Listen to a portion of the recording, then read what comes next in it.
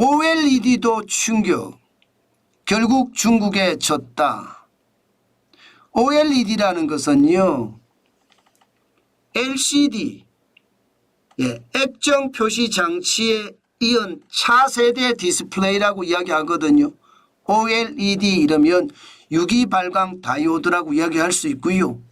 LCD의 디스플레이, 디스플레이라는 말이 어려우면 LCD TV, LCD TV보다 OLED TV가 훨씬 화면이 선명하고 좋고, 쉽게 말하면 최첨단 기술이 적용된 제품이라고 이야기할 수 있습니다. 그런데 이 OLED가 결국 말입니다. 중국이 대한민국을 추월해 버렸습니다. 와, 진짜 대충격입니다. 따라와도 너무 빨리 따라와요. 이게 시간을 늦게 따라와야 되는데 굉장히 빠른 속도로 따라오거든요. 이게 무섭습니다. 여러분 이거 한번 보세요. 2024년 1분기입니다. OLED 유기발광 다이오드 시장 점유율을 보면 중국이 49.7%고요. 대한민국이 49%예요. 졌습니다. 2023년 1분기 이때만 하더라도 중국과 대한민국의 격차는 어마어마했습니다. 중국은 36.6%였고요. 대한민국은 62.3%를 장악하고 있었거든요. 이게 2024년 1월에 지금 역전이 됐다는 뜻입니다. 사실 작년만 하더라도 대한민국이 57.7%였고 중국은 41%였습니다. 작년 4분기만 하더라도. 그런데 올 1분기 불과 3개월 만에 이게 역전을 시켰다. 저는 이게 충격적이라고 생각을 합니다. 그만큼 말입니다. 중국은 정부의 지원을 엄청나게 받아요. 정부가 땅도 주고요. 돈도 빌려주고요. 사람도 여기다 넣어주고요. 전기, 물까지 생각해서 계속 공급을 해주고 있거든요. 다시 말해서 정부 보조금이 워낙 많으니까 대한민국하고 가격 경쟁력에서 안 됩니다. 가격 경쟁력에서. 최첨단 기술이라고는 이야기는 하나 중국은 정부 차원에서 기업을 밀어주면서 비용을 줄여주는데 이걸 어떻게 이기겠습니까? 최악의 상태고 저는 돼간다고 생각을 합니다. 그만큼 말입니다. 중국이 대한민국을 따라오는 속도가 엄청나다는 뜻이에요. 물론 말입니다. OLED 공장에 들어가면 수율이라고 하죠. 수율이라고 하면 제품의 안정성, 쉽게 말하면 좋은 제품을 만들어내는 비율이 대한민국 굉장히 좋죠. 게다가 대한민국이 만든 OLED TV나 디스플레이는요, 전체가 안정적이다 이렇게 이야기할 수 있을 정도로 대한민국은 강합니다. 그래서 수율 측면에서는 중국이 절대 따라오지 못한다. 대한민국은 이익을 많이 내지만 중국은 이익을 못 낸다. 이런 이야기는 있습니다. 그렇지만 중국은 그게 중요한 게 아니에요. 수율이 중요하거나 수익이 중요하거나 그렇지 않습니다. 그들은 세계 1등을 하는 게 중요하고요. 대한민국을 쉽게 말하면 제가 이런 표현해서 죄송한데요. 완전히 짓밟는 게 중요한 겁니다. 중국은 거기에 모든 사활을 걸고 있거든요. 저는 그래서 중국이 진짜 무섭다 그 말씀 여러분께 드리고 싶은 거예요.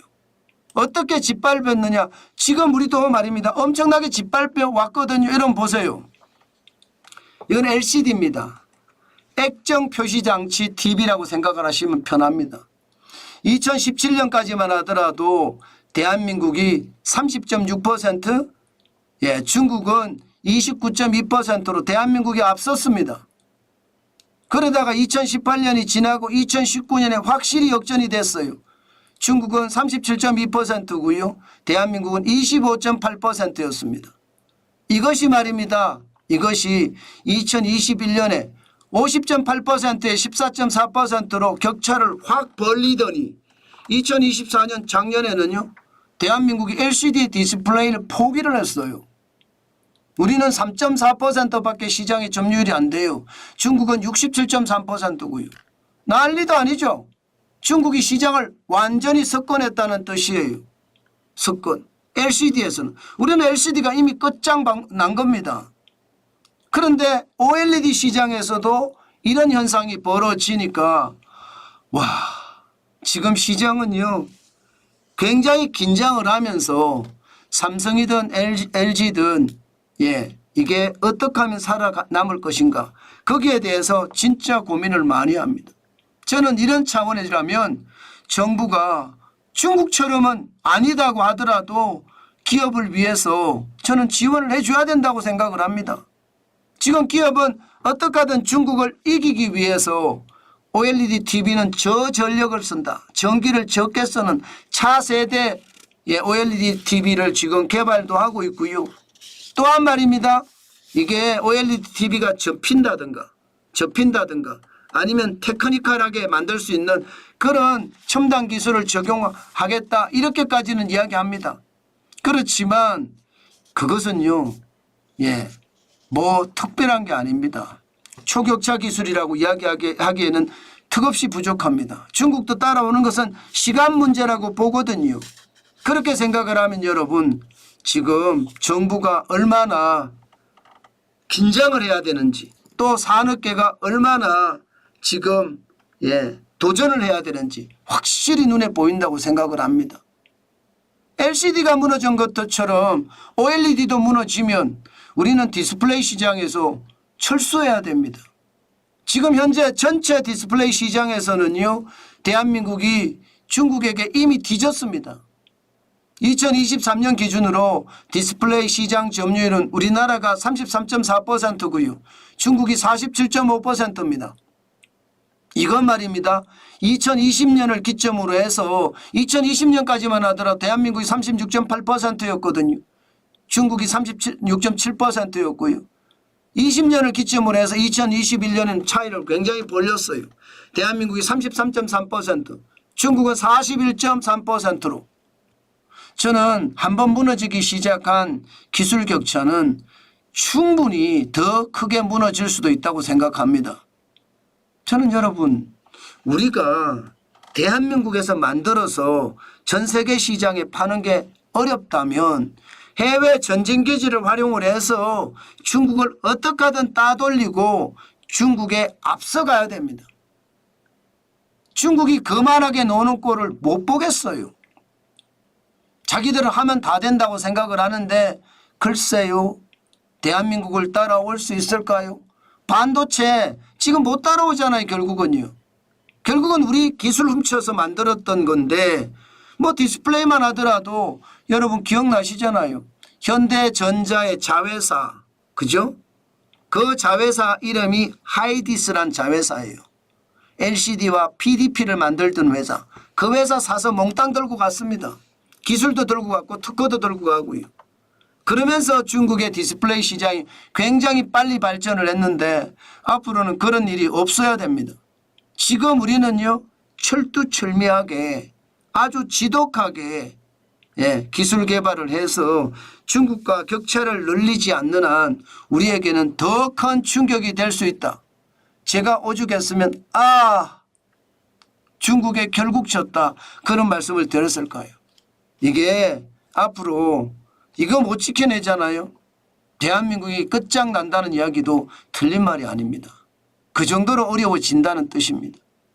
저는 우리 국민들 특히 우리 기업이 저는 버텨낼 수 있고 또 이겨낼 수 있다고 믿습니다.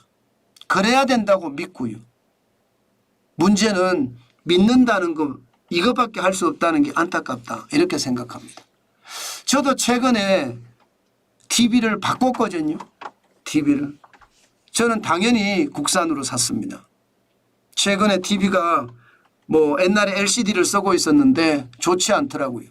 여러분들도 TV를 바꿀 때 중국산 사지 말고요. 국산을 사도 충분하거든요. 저는 국산의 가격을요, 올해 신제품을 사지 않고요. 저는 작년 걸 샀어요. 작년 걸 사니까 가격이 10분의 1 가격이더라고요. 그런데 기능이 뭐 그렇게 차이가 나지 않습니다. 중국산 신제품보다 훨씬 낫습니다. 저는 그것을 감안을 해서 여러분들도 가능하면 애국 소비를 좀 하는 건 어떨까. 뭐 방법은 여러 가지니까요. 그게 우리 정부가 못하는 걸 우리 국민이 할 수 있다. 저는 그렇게 믿고 있습니다. 또 그래야 된다고 믿고요.